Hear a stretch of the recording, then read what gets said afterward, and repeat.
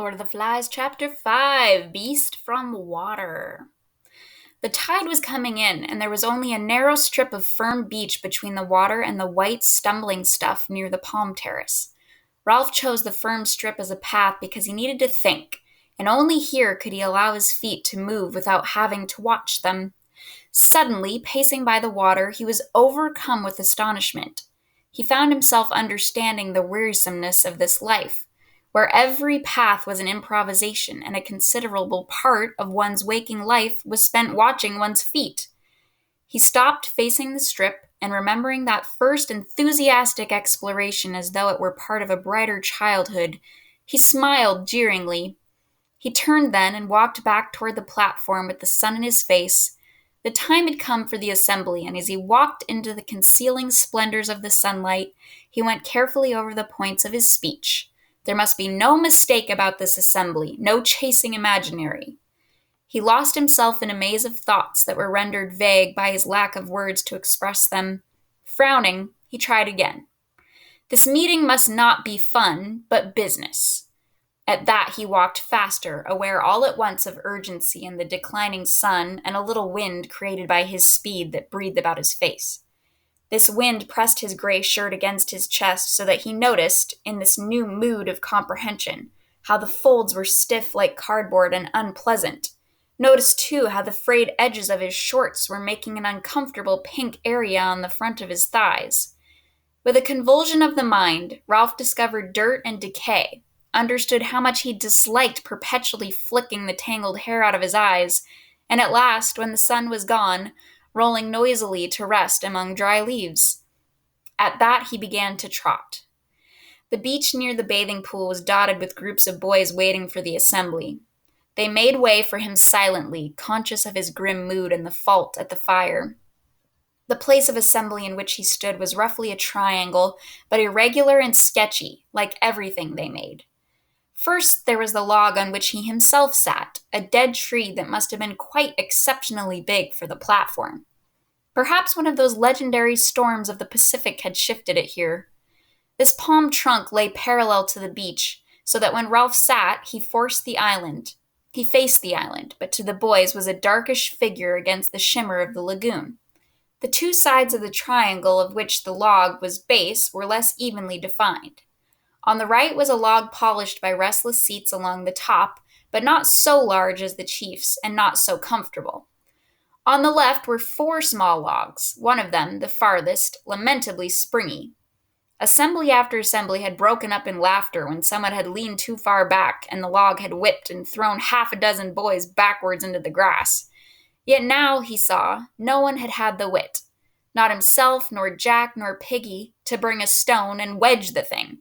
So they would continue enduring the ill-balanced twister, because, again, he lost himself in deep waters. Grass was worn away in front of each trunk, but grew tall and untrodden in the center of the triangle. Then at the apex, the grass was thick again, because no one sat there. All round the place of assembly the great trunks rose, straight or leaning, and supported the low roof of leaves. On 2 sides was the beach, behind the lagoon, in front, the darkness of the island. Ralph turned to the chief's seat. They had never had an assembly as late before. That was why the place looked so different. Normally, the underside of the green roof was lit by a tangle of golden reflections, and their faces were lit upside down, like, thought Ralph, when you hold an electric torch in your hands. But now the sun was slanting in at one side, so that the shadows were where they ought to be. Again he fell into that strange mood of speculation that was so foreign to him. If faces were different when lit from above or below, what was a face? What was anything? Ralph moved impatiently. The trouble was, if you were chief, you had to think, you had to be wise. And then the occasion slipped by so that you had to grab at a decision. This made you think, because thought was a valuable thing that got results. Only, decided Ralph as he faced the chief's seat, I can't think. Not like Piggy. Once more that evening, Ralph had to adjust his values. Piggy could think. He could go step by step inside that fat head of his. Only Piggy was no chief. But Piggy, for all his ludicrous body, had brains. Ralph was a specialist in thought now and could recognize thought in another. The sun in his eyes reminded him how time was passing, so he took the conch down from the tree and examined the surface. Exposure to the air had bleached the yellow and pink to near white and transparency. Ralph felt a kind of affectionate reverence for the conch, even though he'd fished the thing out of the lagoon himself. He faced the place of assembly and put the conch to his lips. The others were waiting for this and came straight away. Those who were aware that a ship had passed the island while the fire was out were subdued by the thought of Ralph's anger, while those, including the little uns who did not know, were impressed by the general air of solemnity. The place of assembly filled quickly. Jack, Simon, Maurice, most of the hunters on Ralph's right, the rest on the left, under the sun. Piggy came and stood outside the triangle. This indicated that he wished to listen but would not speak, and Piggy intended it as a gesture of disapproval. The thing is, we need an assembly. No one said anything, but the faces turned to Ralph were intent. He flourished the conch. He had learned as a practical business that fundamental statements like this had to be said at least twice before everyone understood them. One had to sit, attracting all eyes to the conch, and drop words like heavy round stones among the little groups that crouched or squatted. He was searching his mind for simple words so that even the little uns would understand what the assembly was about. Later, perhaps, practiced debaters Jack, Maurice, Peggy would use their whole art to twist the meeting, but now at the beginning of the subject of the debate must be laid out clearly. We need an assembly, not for fun, not for laughing and falling off the log. The group of little uns on the twister giggled and looked at each other. Not for making jokes or for, he lifted the conch in an effort to find the compelling word, for cleverness. Not for these things, but to put things straight. He paused for a moment. I've been alone, by myself I went, thinking that's what. I know what we need, an assembly to put things straight. And first of all, I'm speaking. He paused for a moment and automatically pushed back his hair. Piggy tiptoed to the triangle his ineffectual protest made and joined the others. Ralph went on. We have lots of assemblies. Everybody enjoys speaking and being together. We decide things, but they don't get done. We were going to have water brought from the stream and left in those coconut shells under fresh leaves. So it was for a few days. Now there's no water. The shells are dry. People drink from the river. There was a murmur of assent. Not that there's anything wrong with drinking from the river. I mean, I'd sooner have water from that place, the pool where the waterfall is, than out of an old coconut shell. Only we said we'd have the water brought, and now not. There were only 2 full shells there this afternoon. He licked his lips. Then there's huts, shelters. The murmur swelled again and died away. You mostly sleep in shelters. Tonight, except for Sam and Eric up by the fire, you'll all sleep there. Who built the shelters? Clamor rose at once. Everyone had built the shelters. Ralph had to wave the conch once more. Wait a minute. I mean, who built all 3? We all built the first one, 4 of us the second one, and me and Simon built the last one over there. That's why it's so tottery. No, don't laugh. That shelter might fall down if the rain comes back. We'll need those shelters then. He paused and cleared his throat. There's another thing. We chose those rocks right along beyond the bathing pool as a lavatory. That was sensible tool. The tide cleans the place up. You little uns know about that.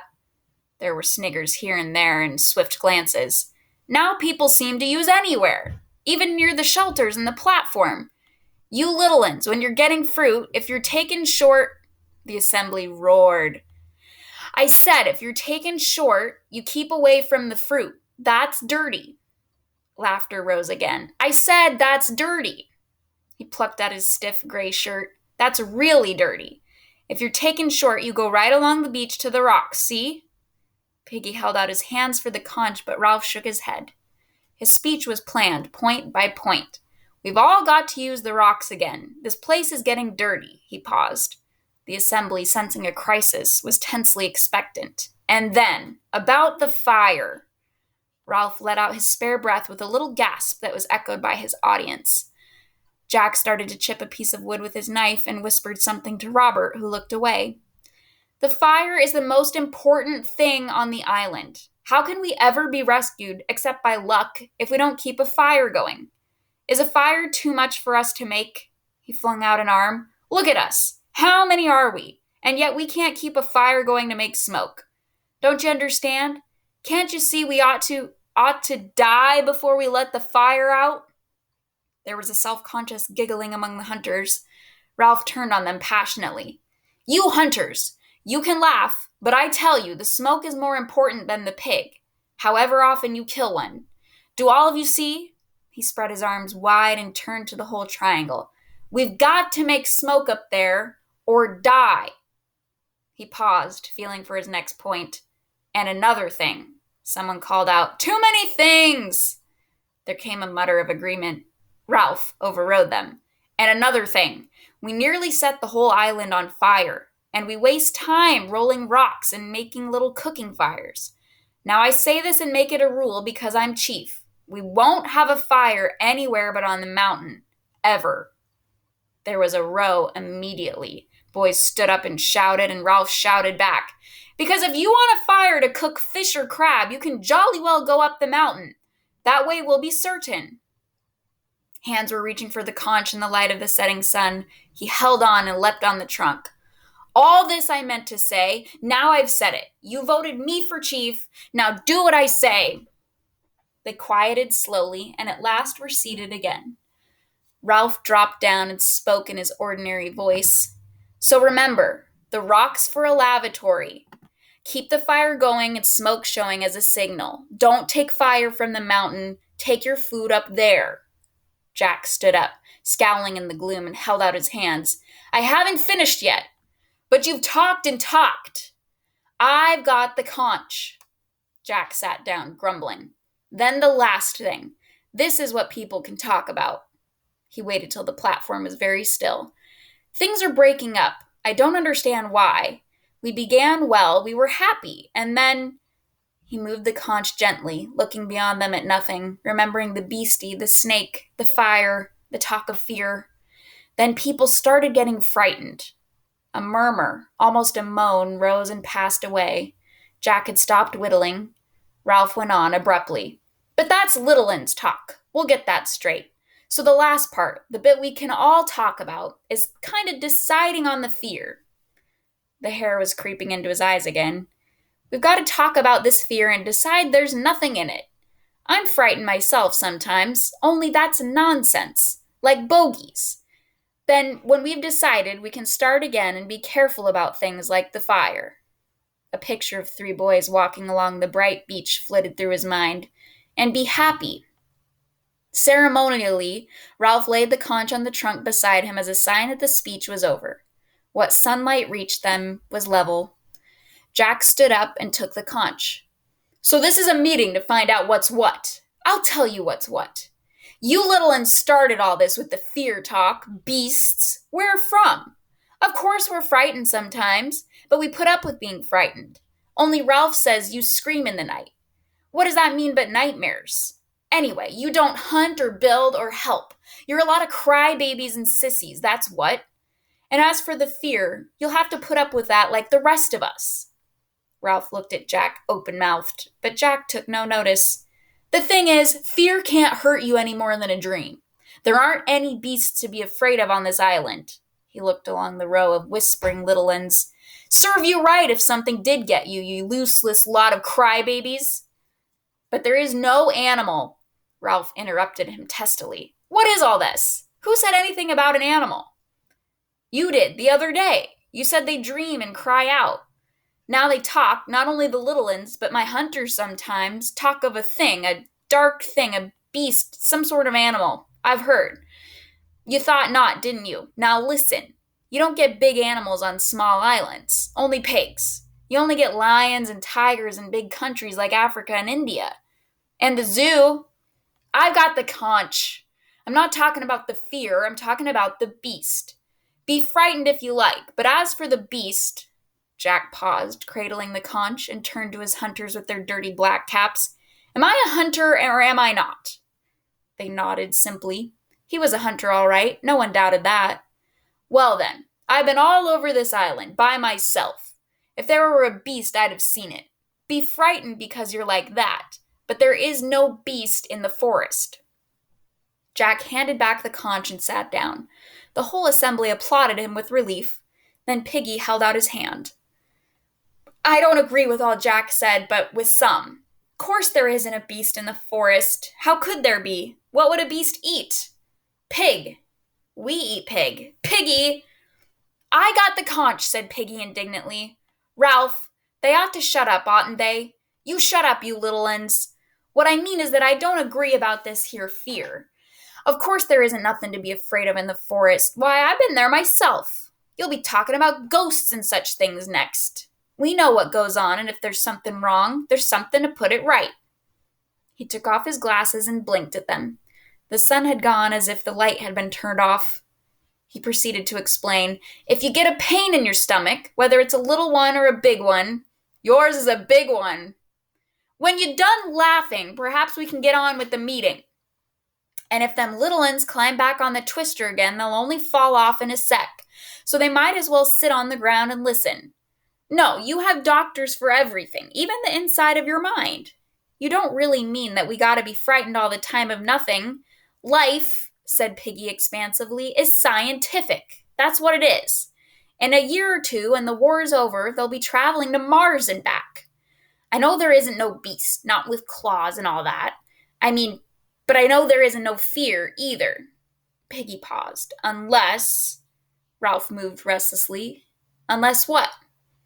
Unless we get frightened of people. A sound, half laugh, half jeer, rose among the seated boys. Piggy ducked his head and went on hastily. So let's hear from that little un who talked about a beast, and perhaps we can show him how silly he is. The little uns began to jabber among themselves, then one stood forward. What's your name? Phil. For a little un he was self-confident, holding out his hands, cradling the conch as Ralph did, looking round at them to collect their attention before he spoke. Last night I had a dream, a horrid dream, fighting with things. I was outside the shelter by myself, fighting with things, those twisty things in the trees. He paused, and the other little uns laughed in horrified sympathy. Then I was frightened, and I woke up. And I was outside the shelter by myself in the dark, and the twisty things had gone away. The vivid horror of this, so possible and so nakedly terrifying, held them all silent. The child's voice went piping on from behind the white conch. And I was frightened and started to call out for Ralph, and then I saw something moving among the trees, something big and horrid. He paused, half frightened by the recollection, yet proud of the sensation he was creating. That was a nightmare, said Ralph. He was walking in his sleep. The assembly murmured in subdued agreement. The little un shook his head stubbornly. I was asleep when the twisty things were fighting, and when they went away I was awake, and I saw something big and horrid moving in the trees. Ralph held out his hands for the conch, and the little un sat down. You were asleep. There wasn't anyone there. How could anyone be wandering about in the forest at night? Was anyone? Did anyone go out there? There was a long pause while the assembly grinned at the thought of anyone going out in the darkness. Then Simon stood up, and Ralph looked at him in astonishment. You? What were you mucking about in the dark for? Simon grabbed the conch convulsively. I wanted to go to a place I know. What place? Just a place I know, a place in the jungle. He hesitated. Jack settled the question for them with that contempt in his voice that could sound so funny and so final. He was taken short. With a feeling of humiliation on Simon's behalf, Ralph took back the conch, looking Simon sternly in the face as he did so. Well, don't do it again. Understand? Not at night.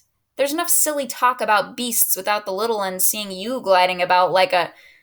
The derisive laughter that rose had fear in it and condemnation.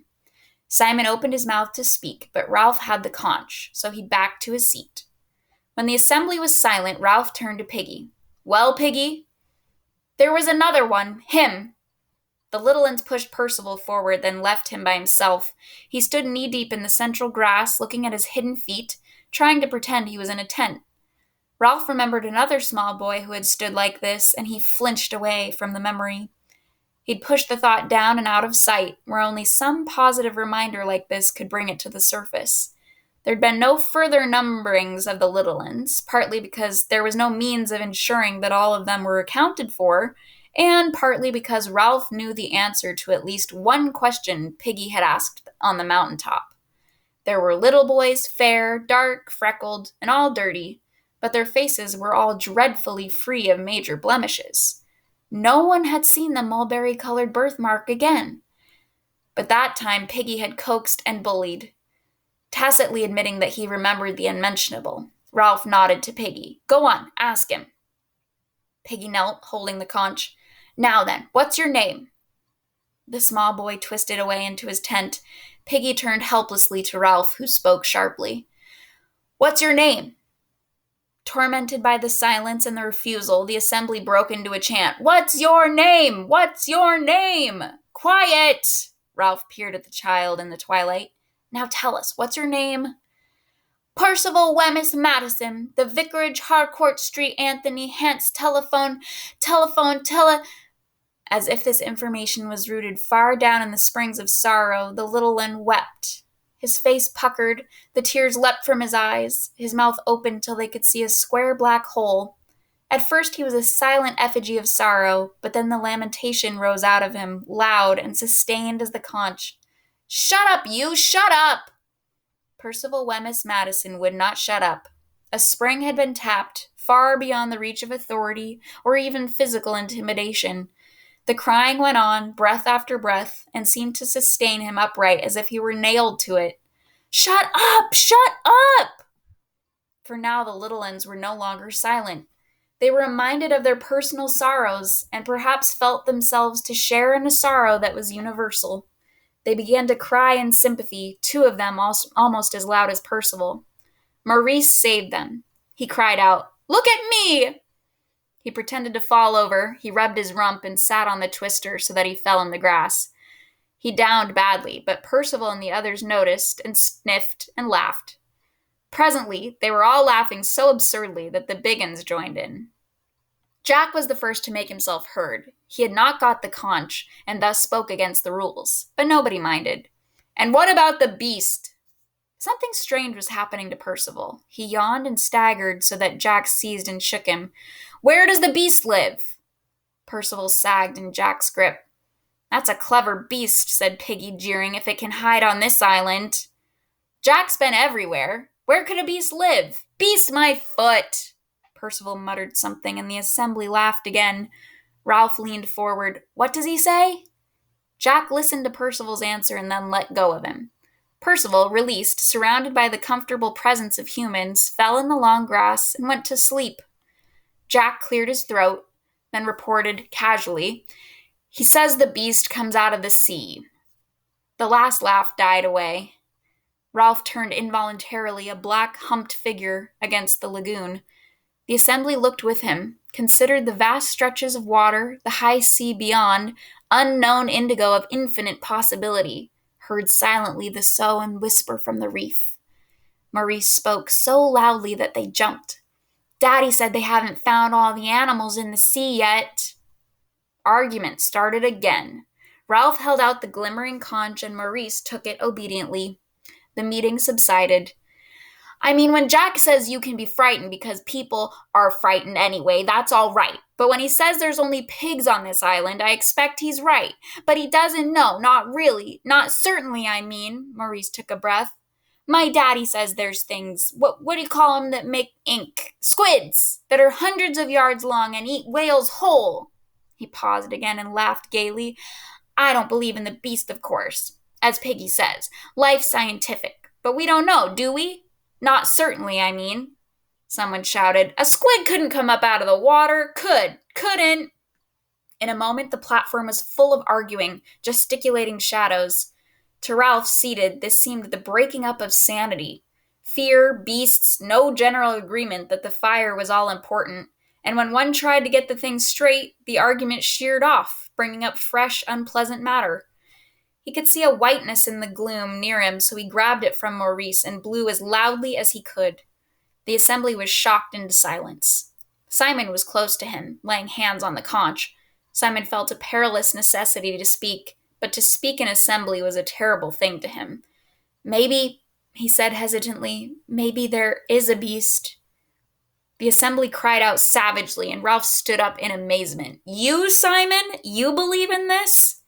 I don't know, said Simon. His heartbeats were choking him. But the storm broke. Sit down! Shut up! Take the conch! Sod you! Shut up! Ralph shouted. Hear him! He's got the conch! What I mean is, maybe it's only us. Nuts! That was from Piggy, shocked out of decorum. Simon went on. We could be sort of... Simon became inarticulate in his effort to express mankind's essential illness. Inspiration came to him. What's the dirtiest thing there is? As an answer, Jack dropped into the uncomprehending silence that followed it the one crude expressive syllable. Release was immense. Those little ends who had climbed back on the twister fell off again and did not mind. The hunters were screaming with delight. Simon's effort fell about him in ruins. The laughter beat him cruelly, and he shrank away defenseless to his seat. At last the assembly was silent again. Someone spoke out of turn. Maybe he means it's some sort of ghost. Ralph lifted the conch and peered into the gloom. The lightest thing was the pale beach. Surely the little ones were nearer. Yes, there was no doubt about it. They were huddled into a tight knot of bodies in the central grass. A flurry of wind made the palms talk, and the noise seemed very loud now that darkness and silence made it so noticeable. Two gray trunks rubbed each other with an evil speaking that no one had noticed by day. Piggy took the conch out of his hands. His voice was indignant. I don't believe in no ghosts, ever. Jack was up too, unaccountably angry. Who cares what you believe, fatty? I got the conch! There was the sound of a brief tussle, and the conch moved to and fro. You give me the conch back! Ralph pushed between them and got a thump on the chest. He wrestled the conch from someone and sat down breathlessly. There's too much talk about ghosts. We ought to have left all this for daylight. A hushed and anonymous voice broke in. Perhaps that's what the beast is, a ghost. The assembly was shaken as by wind. There's too much talking out of turn, Ralph said, because we can't have proper assemblies if we don't stick to the rules. He stopped again. The careful plan of this assembly had broken down. What do you want me to say then? I was wrong to call this assembly so late. We'll have a vote on them, on ghosts, I mean, and then go to the shelters because we're all tired. No, Jack is it. Wait a minute. I'll say here and now that I don't believe in ghosts, or I don't think I do, but I don't like the thought of them. Not now, that is, in the dark, but we were going to decide what's what. He raised the conch for a moment. Very well, then. I suppose what's what is whether there are ghosts or not. He thought for a moment, formulating the question, who thinks there may be ghosts? For a long time there was silence and no apparent movement. Then Ralph peered into the gloom and made out the hands. He spoke flatly. I see.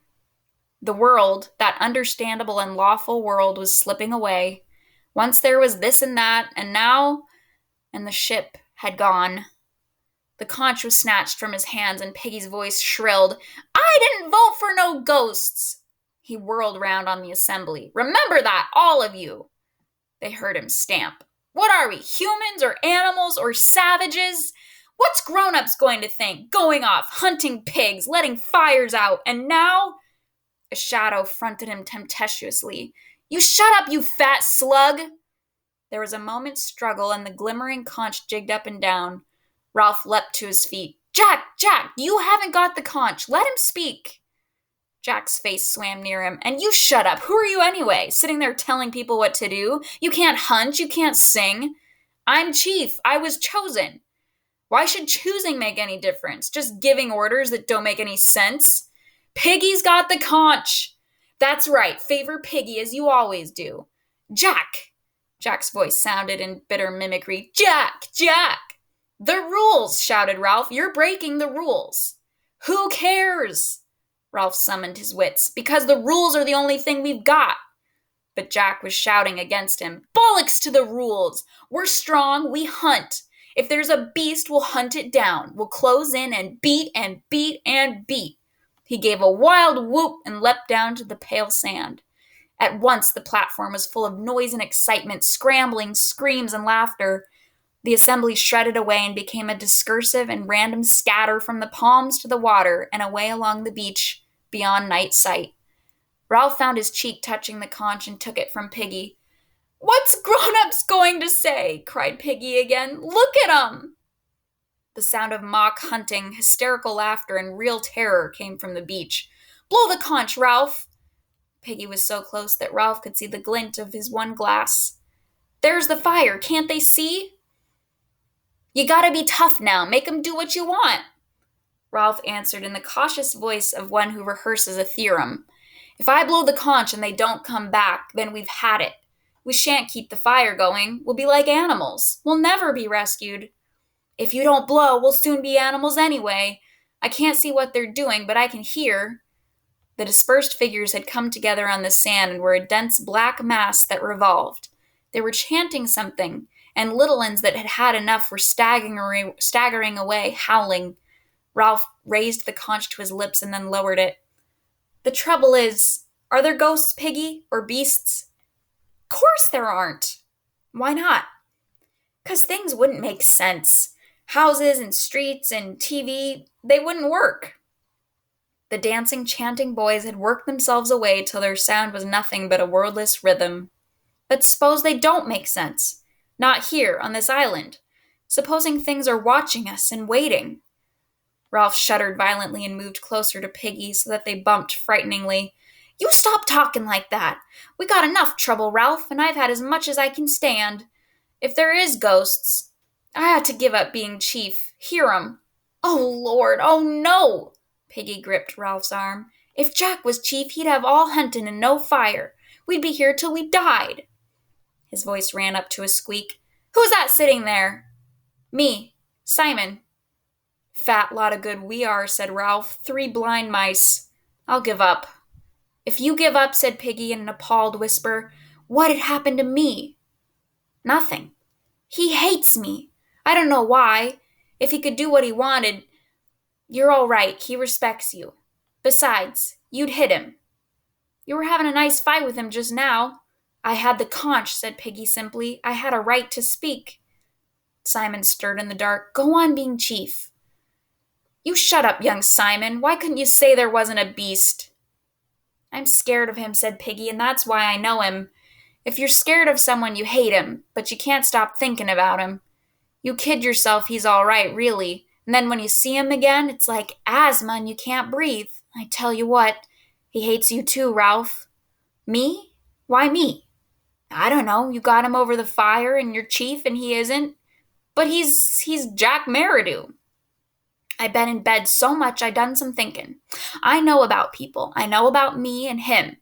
He can't hurt you, but if you stand out of the way, he'd hurt the next thing, and that's me." "Piggy's right, Ralph. There's you and Jack. Go on being chief. We're all drifting, and things are going rotten. At home there was always a grown-up. 'Please, sir,' 'Please, miss,' and then you got an answer. How I wish my auntie was here. I wish my father. Oh, what's the use? Keep the fire going." The dance was over and the hunters were going back to the shelters. "Grown-ups know things," said Piggy. "They ain't afraid of the dark. They'd meet and have tea and discuss. Then things would be all right. They wouldn't set fire to the island or lose. They'd build a ship." The 3 boys stood in the darkness, striving unsuccessfully to convey the majesty of adult life. "They wouldn't quarrel, or break my specs, or talk about a beast." "If only they could get a message to us," cried Ralph desperately. "If only they could send us something grown up, a sign or something." A thin wail out of the darkness chilled them and set them grabbing for each other. Then the wail rose, remote and unearthly, and turned to an inarticulate gibbering. Percival Wemyss Madison of the vicarage, Harcourt St. Anthony, lying in the long grass, was living through circumstances in which the incantation of his address was powerless to help him.